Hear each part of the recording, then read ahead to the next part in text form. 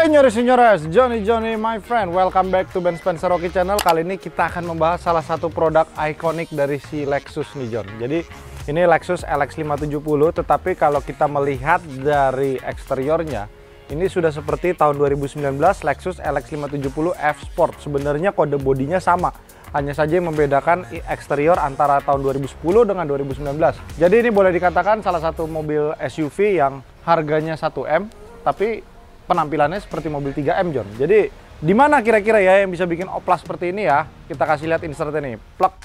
Halo, saya Kelvin dari DSHID.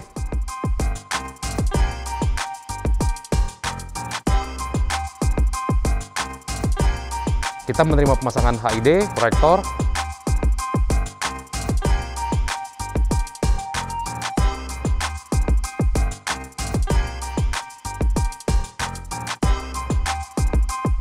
dan juga facelift mobil tahun lama menjadi tahun lebih baru.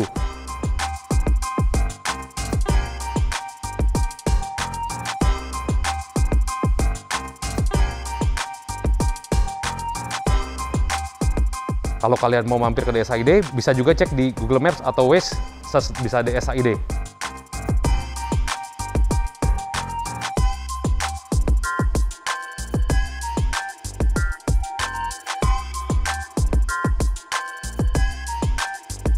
Kita berlokasi di Jalan Gatot Subroto, Kompleks Polri, nomor 81. Thank you.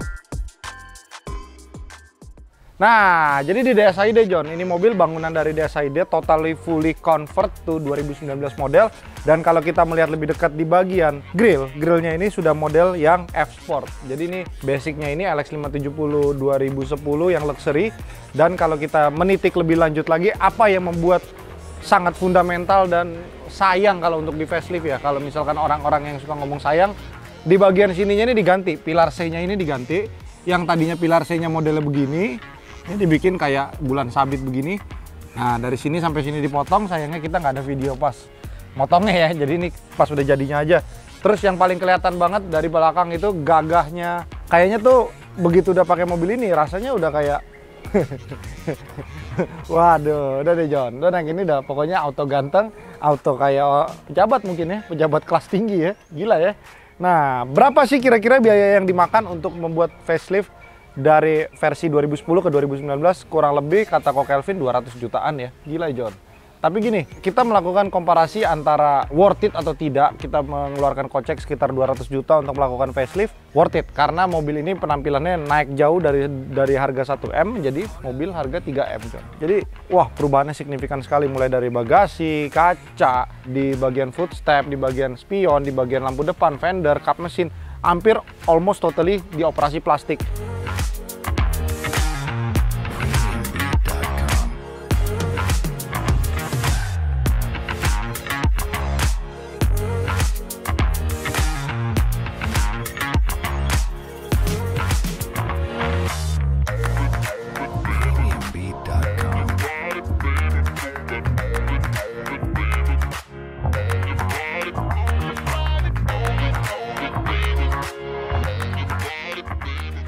Nah, di bagian lampu sennya juga udah model running nih, kita lihat. Tuh, seret gitu ya kan. Terus bagasinya power backdoor sebenarnya udah bawaan dari lahir. Jadi yang hanya membedakan dengan versi 2019 hanyalah interiornya saja, John. Jadi kalau di 2019 itu interiornya warnanya kalau nggak salah udah hitam, apalagi yang F Sport dia udah hitam ya. Terus yang bikin lebih mewah daripada versi 200, dia punya jok ininya udah elektrik seperti versi Vario ZX. Udah gitu. Nih, ini yang ada yang rada unik dari Lexus ini. Yuk kita masuk ke dalam yuk. Oke, kita udah di dalam kabin. Nah, ini kita lihat, perhatikan baik-baik di sebelah sini nih. Nah, di sini ini tombolnya ada 7. Nah, biasanya kalau yang 2010 itu ada Bluetooth-nya. Kalau yang ini Bluetooth. Nah, kalau misalkan yang bagian versi 2009, 2008, 2007 belum ada Bluetooth. Tapi yang lebih anehnya lagi ketika lari ke 2011 malah nggak ada Bluetooth. Jadi dia hanya ada Bluetooth di pertengahan di 2010 aja di versi LX570. Terus dia bagian yang paling mewah kalau kita naik mobil ini ya, paling kelihatan jelas nih. Dia ada 4 instrumen di odometernya tuh yang membuat terlihat unik dan mewah tuh. Ini di bagian ini level oli, level baterai, temperatur mesin, dan juga dia punya meteran bensin ya. Terus kalau kita ngelihat lebih jauh lagi, nih di bagian sininya nih.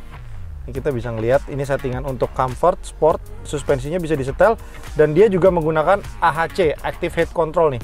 Ini kita bisa turunin, tapi setahu gua pintunya harus ketutup. Nah, dia punya panel ininya silver. Nah, anehnya silver ini hanya ditemukan kalau di Land Cruiser 200 itu di versi varian yang sudah facelift, John, yang 2016 ke atas. Di bawah itu masih belum silver metal seperti ini, jadi cukup mewah ya. Nah, yang membedakan lagi antara Land Cruiser 200 sama LX570 adalah ininya bisa dimaju mundurin satu persatu.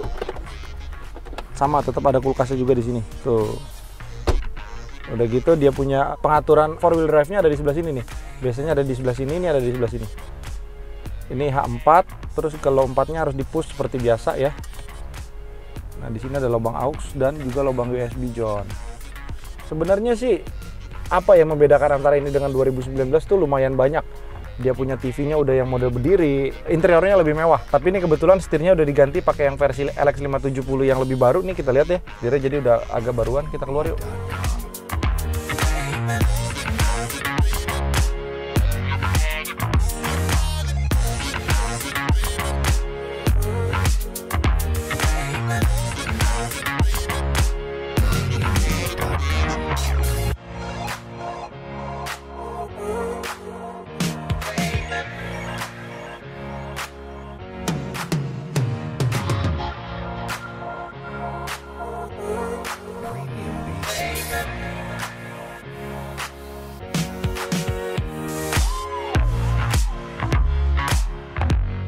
LX sendiri itu menjadi varian mesin yang paling besar di kelasnya, sudah gitu dia paling mewah di kelasnya dan masih menjadi top of the line-nya mobil SUV Jepang ya. Jadi dia CC, ketika kita berbicara tentang Land Cruiser tidak pernah melebihi 5000 cc.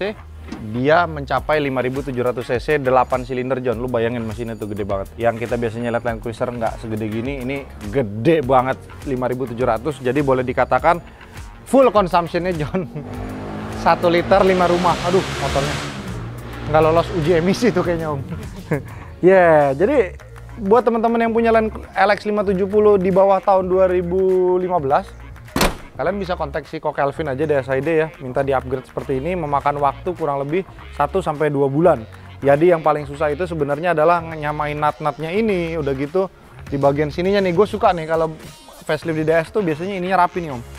Tuh, nggak lari-larian ya. Udah gitu di bagian sininya agak susah nih. Nyambungin ini paling susah nih, krusial nih. Ini karena dipotong di bagian sebelah sini. Potong sebelah sini, baru kacanya dikasih begini nih, rapi sih, Om. Jadi boleh dikatakan kelihatan jelas perbedaan antara si 2010 dengan 2019 itu adalah di bagian handle. Handle-nya nggak bisa bohong. Kalau kita lihat yang 2019 asli, handle-nya lebih tipis dia, lebih kecil. Gitu, John, kurang lebihnya ya. Jadi kalau ditanya lebih nyaman mana antara LX570 dengan Land Cruiser 200, I think we cannot apple to apple ya. Jadi kalau kita berbicara tentang Land Cruiser 200, kita berbicara tentang yang namanya adventure, prestisius, dan juga nama besar Land Cruiser-nya itu. Tapi kita berbicara tentang kemewahan, maka kita berbicara tentang LX570. Cuman memang kalau dari segi penampilan memang lebih feminim si LX570 dibanding Land Cruiser 200. For some reason, Land Cruiser lebih mencolok di Indonesia, dan kebanyakan LX570 ini, kebanyakan yang beli itu COP alias buat mobil-mobil direksi kantor-kantor atau perusahaan-perusahaan besar, buat direksi-direksi petinggi-petinggi mereka, sehingga biasanya dipakainya tuh maksimal sekali ya. Contohnya ini dalam tahun 2010 aja nih kilometernya sudah menyentuh 220.000, John. Gila ya. Dan juga pajak mobil ini terbilang cukup lumayan mahal untuk harga segini. Pajaknya masih di angka 20 jutaan, John. Wah, gila. 20 juta John, kebeli motor Honda Vario satu kan buat bayarin pajaknya. Nah, tetap sih dengan ciri khasnya Land Cruiser mulai dari VX 80 ke atas, bagasinya dibagi menjadi 2. Nih, kayak gini.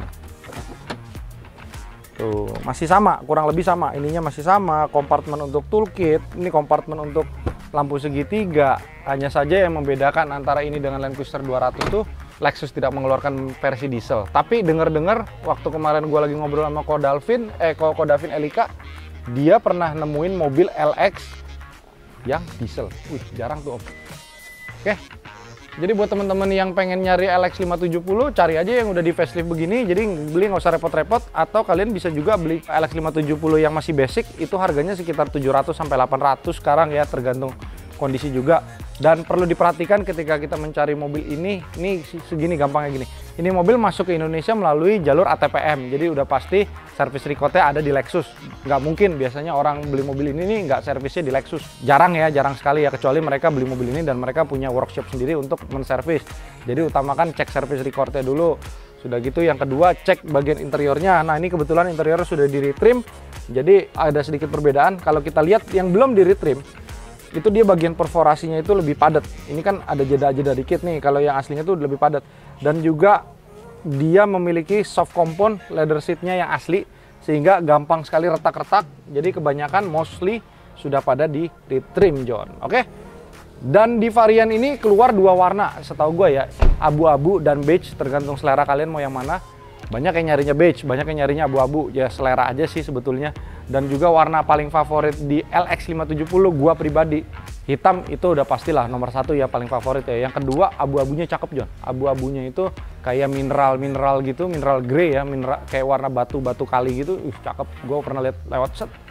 Nah, kalau saran gua, kalau kalian punya dari 2007 atau 2008, kalian rubah ke facelift yang lebih ekonomis, kalian bisa cobain ke versi varian 2013 F Sport. Dia bedanya ada di body kit, lampunya udah ada DRL-nya, lebih rapi, John. Terus lampu belakangnya yang tadinya merah dan kuning jadi merah dan putih, jadi lebih mudah sedikit. Ya sudahlah, mobilnya dari 700 dan 800 jutaan menjadi penampilan mobil 1,4 1,5 M. Oke kan, masih dengan catatan faceliftnya nggak nyampe 100 jutaan kok. Dan biasanya banyak barang-barang asli, karena kok Kelvin suka nyimpenin barang-barang hasil tukar tambah dari LX570 2014-13 ke yang versi ini, John. Jadi kalian bisa mendapatkan barang ori. Dan kebanyakan kalau kita mau facelift ke barang model yang seperti ini, hampir semuanya itu barang-barangnya Cina. Nih kita lihat.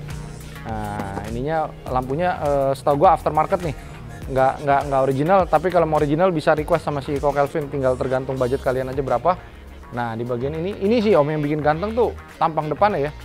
Kalau udah pakai mobil begini, pakai plat blank, udah gurih, John. Kalian bisa parkir palet ya kan. Udah gitu kalau kalian masih jomblo, bawa ginian, pakai supir, pakai safari gitu kan, dikira anaknya sopo iki gitu kan. Nah, jadi driving impressionnya kebetulan memang udah maghrib, kita nggak bisa nyoba ke depan juga karena udah agak sedikit malam. Gua pribadi lebih memilih membawa si Land Cruiser 200, even dia bensin atau dia diesel. Tapi kalau mendapatkan prestis atau gengsi, gua akan memilih LX570 karena LX570 ini mewah ya. Terus udah gitu gengsinya juga dapat. Mobil ini secara notabene Land Cruiser yang sudah di facelift pun barunya cuma 2M lebih, ini barunya 3M lebih. Jadi ya prestisnya juga bagus. Udah gitu boleh dibilang ini dia menggunakan, nah ini ada sedikit pengalaman pribadi juga nih. Ini kan pakai ban 285/45 ring 22. Acelera Iota ini bagus loh, John. Termasuk salah satu ban lokal yang kalau gue boleh bilang ini cukup bagus untuk di kelasnya dia. Jadi dengan harga yang notabene lebih murah daripada ban-ban import seperti Yokohama, seperti Toyo, itu ini bagus. Udah gitu dia empuk, udah gitu bannya nggak cepet habis. Jadi oke nih buat consideration kalau kalian bukan fanatik dengan ban import, kalian bisa cobain ban merek Acelera Iota ini, bagus. Oke, John? Dah, itu aja. Peleknya juga udah berbeda nih, dari ring 18 dia ganti jadi ring 22, naik 4 inci, John. Bayangin kalau ini pakai Rotiform 24, udah gitu pakai BBK 8 pot depan belakang ya kan. Terus pas lagi parkir settingnya di AHC-nya di low. Bode. Pim style banget ya nggak? Oke, John, terima kasih yang sudah menonton dan jangan lupa di subscribe karena subscribe itu gratis. Terima kasih. Jadi video ini fully gue support buat Mr. Kelvin dari DSID. Jadi buat teman-teman yang pengen facelift ke F Sport bisa hubungin DS. Oke, thank you, bye-bye.